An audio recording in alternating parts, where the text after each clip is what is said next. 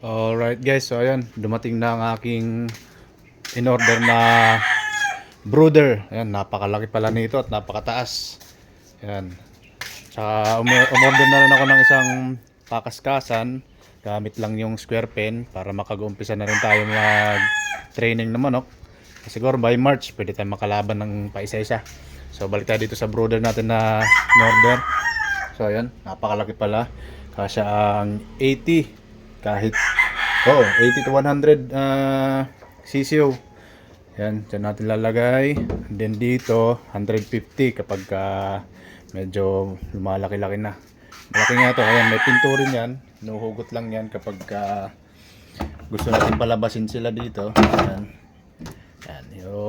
Yan ang ating na-order na brooder. Hindi ko in-expect na ganito pala kalaki. Kasi ang nakuha ko lang size yung haba. So pero ayos ito. Mas okay na ganito na kalaki para maraming mapalagay. So pwede ko na din kunin yung aking Siam. 10 yun yung sisiyo ko na silver bullets na nasa tropa ko.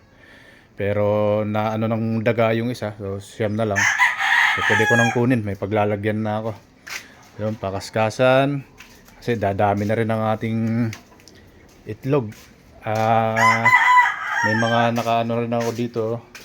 Tapos may mga nakasalang. Ayan. Madami-dami na rin yan. So sa makalawa magkakandling ako. Tapos meron pa dun dalawa. So ihiwalay ko na pag second batch yan. Tuloy-tuloy kasi mangitlog yung dalawa.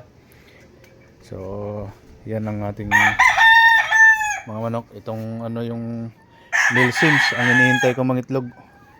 Yung secret gray tapos na. Yung white kelso nangingitlog pa rin pero isi-second batch ko na. Yung ating Gilmore Hatch na pure ay naglugon. Yan, si Bansot. Ito yung Nilsims gray na pinares ko rin sa Golden Boy. Yan, nangitlog na lang isa yan. Sa ating white kelso. So yan. At dito may na-order na pala akong flying pen na galvanized. Di pa nadating. Dito ko ilalagay in between ng mga tipi para may harang. Hindi sila magka-dikit-dikit. Alright, pero dalawa lang munang flying pen. Alright, so balik tayo dito sa ating order. So ayan, bigla akong napalipat yung mga nakalagay dito.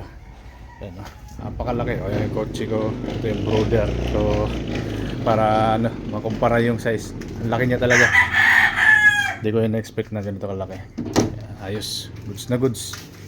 So unti-unti nang nakukumpleto ang ating mga facilities na dito kakailangan sa ating munting backyard.